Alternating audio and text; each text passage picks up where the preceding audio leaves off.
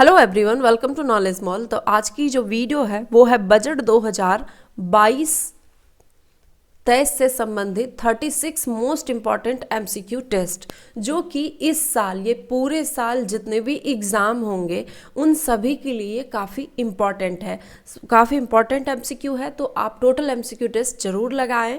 Audio थोड़ा सा बुरा हो सकता है क्योंकि तबीयत थोड़ी ठीक नहीं है, तो आप पूरी वीडियो को देखें और पूरे क्वेश्चन के सेट को ज़रूर लगाएं।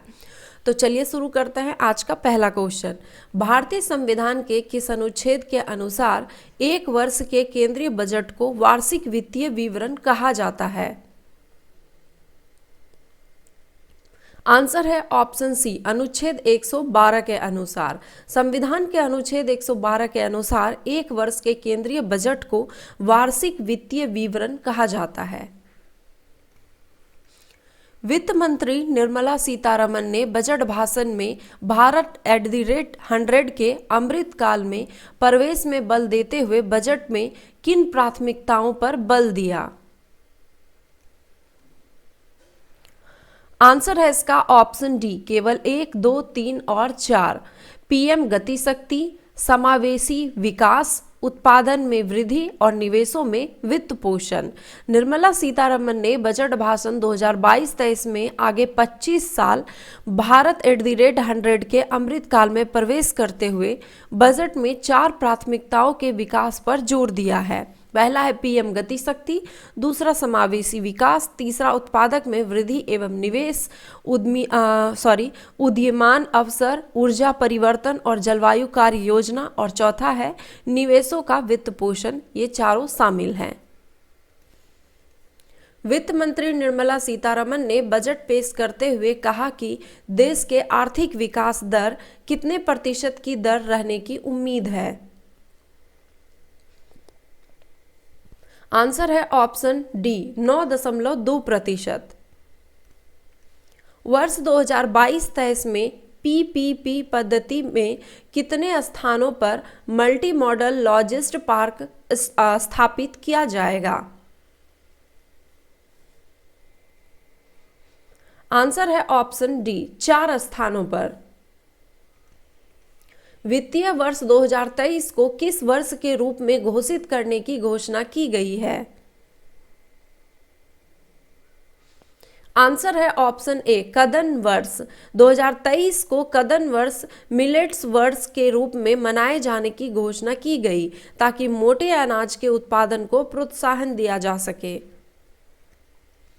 बजट 2022-23 में कृषि के क्षेत्र में 2020-21 के मुकाबले 2021-22 में कितने प्रतिशत की वृद्धि की गई? आंसर है ऑप्शन सी, 0.3%। 2020-21 में 3.6% और 2021-22 में 3.9%। दोनों वर्षों के मुकाबले वृद्धि दर 0.3% रहा। फाइनेंशियल ईयर 2022-23 में कितने किलोमीटर राष्ट्रीय राजमार्ग बनाए जाने की घोषणा वित्त मंत्री द्वारा की गई? आंसर है ऑप्शन बी, 25,000 किलोमीटर। अगले 3 वर्षों में यात्रियों के लिए उच्च दक्षता और बेहतर सुविधाओं वाली कितनी नई पीढ़ी की वंदे भारत ट्रेनें विकसित की जाएगी? आंसर है इसका ऑप्शन सी, 400। वित्त मंत्री निर्मला सीतारमन के अनुसार अगले 3 वर्षों के दौरान कितने पीएम गति शक्ति कार्गो टर्मिनल विकसित किए जाएंगे? आंसर है ऑप्शन ए, 100। वित्त मंत्री निर्मला सीतारमन ने कहा कि अगले 3 वर्षों के दौरान 100 पीएम गति शक्ति कार्गो टर्मिनल विकसित किए जाएंगे। इसके अलावा मेट्रो सिस्टम के निर्माण के लिए नवीन तरीकों का कार्यान्वयन किया जाएगा। वित्त मंत्री ने कहा कि अर्बन ट्रांसपोर्ट को रेलवे के साथ जोड़ा जाएगा। इससे पोस्टल और रेलवे का नेटवर्क बेहतर होगा। वित्त मंत्री निर्मला सीतारमन ने 1 फरवरी की घोषणा की कि ग्रामीण और शहरी क्षेत्रों में कितने घरों को लाभार्थियों के रूप में पहचाना जाएगा। आंसर है ऑप्शन सी 80 लाख घरों को वर्ष 2022-23 में ग्रामीण और शहरी दोनों ही क्षेत्रों में PMAY के अभिज्ञात व लाभानुभोगियों के लिए 80 लाख मकान बनाए जाएंगे। इस योजना के लिए 48,000 करोड़ रुपए का आवंटन किया गया है। वित्तीय वर्ष 2022-23 में राजकोषीय घाटा GDP का कितना प्रतिशत अनुमानित है? आंसर है ऑप्शन सी 6.4%। वर्ष 2022-23 में कुल अनुमानित व्यय निर्धारित की गई है। आंसर है ऑप्शन ए 39.45 लाख करोड़। वित्तीय वर्ष 2022-23 के संदर्भ में निम्न में से कौन सा कथन सत्य है? आंसर है ऑप्शन डी उपयुक्त सभी कथन सत्य है। वित्त मंत्री निर्मला सीतारमण का यह चौथा बजट है। बजट 2022-23 में केंद्रीय वित्त मंत्री ने भारत का विकास दर 9.27% रहने का अनुमान लगाया है। निर्मला सीतारमण ने दूसरी बार पेपरलेस बजट पेश किया है। केंद्रीय वित्त मंत्री निर्मला सीतारमण ने बजट 2022-23 पेश करते हुए कहा कि किसी भी तरह के वर्चुअल डिजिटल एसेट्स के हस्तांतरण से होने वाली आय पर कितने प्रतिशत का टैक्स लगेगा?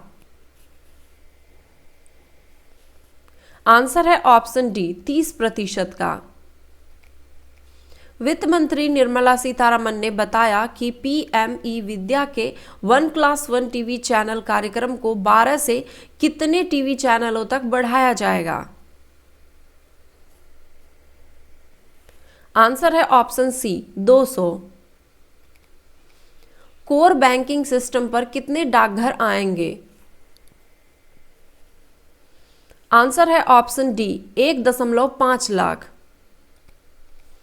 डिजिटल संपत्ति क्रिप्टो करेंसी के हस्तांतरण से होने वाली आय पर कितने प्रतिशत कर, साथ ही लेन देन पर 1% कर लगाया जाएगा?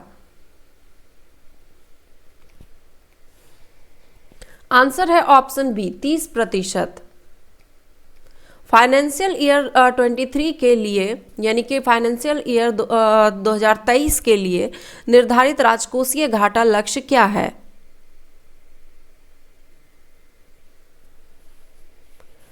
आंसर है ऑप्शन डी 6.4%। जिनकी आय 1 करोड़ रुपए से 10 करोड़ रुपए के बीच है उनके लिए सहकारी समितियों पर अधिभार 12% से घटाकर कितना प्रतिशत किया जाएगा? आंसर है ऑप्शन ए 7%। निर्मला सीतारमण ने करदाताओं के लिए एक नए कर नियम की घोषणा की, जहां एक करदाता करों के भुगतान पर डैश वर्ष में एक अद्यतन रिटर्न दाखिल कर सकता है। आंसर है ऑप्शन बी 2 वर्ष में। निर्मला सीतारमण लगातार कितनी बार केंद्रीय बजट पेश की? आंसर है ऑप्शन डी 4 बार। डैश के 1+1 टीवी चैनल कार्यक्रम को 12 से 200 टीवी चैनलों तक विस्तारित किया जाएगा।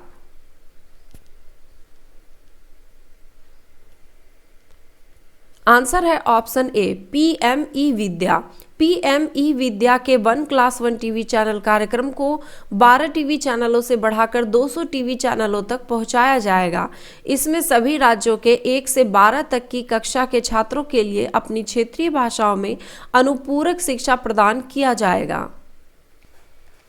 जनवरी 2022 के महीने के लिए GST संग्रह क्या है?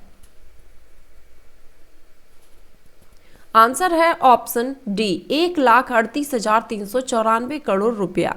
वित्त मंत्रालय के अनुसार जनवरी 2022 में एकत्रित सकल GST राजस्व में से CGST 24,674 करोड़ रुपये, SGST 32,016 करोड़ रुपये, IGST 72,030 करोड़ रुपये और उपकर लगभग 9,674 करोड़ रुपये रहा। 14 क्षेत्रों में उत्पादन से जुड़ी प्रोत्साहन योजनाओं में कितने नए रोजगार सृजित करने की क्षमता है? आंसर है ऑप्शन ए 60 लाख। वित्त मंत्री निर्मला सीतारमन ने वित्त वर्ष 2022-23 में 14 क्षेत्रों में 60 लाख नई नौकरी सृजित करने और अगले 5 वर्ष के दौरान 30 लाख अतिरिक्त नौकरी सृजित करने की घोषणा की है। रक्षा अनुसंधान और विकास बजट के डैश के साथ उद्योग, स्टार्टअप और शिक्षा के लिए रक्षा अनुसंधान और विकास खोला जाएगा। आंसर है ऑप्शन बी 25%। वित्त मंत्री ने गैर सूचीबद्ध शेयरों पर अधिभार को 28.5% से घटाकर कितने प्रतिशत करने की घोषणा की? आंसर है ऑप्शन डी 23%। भारत में सबसे लंबा बजट भाषण देने का रिकॉर्ड किसके नाम है? आंसर है ऑप्शन ए निर्मला सीतारमन। निर्मला सीतारमन ने 1 फरवरी 2020 को केंद्रीय बजट 2020-21 पेश करते हुए 2 घंटे 41 मिनट तक भाषण देने का सबसे लंबा भाषण देने का रिकॉर्ड है। 2022 का बजट भाषण निर्मला सीतारमन ने 90 मिनट मात्र में खत्म कर दिया।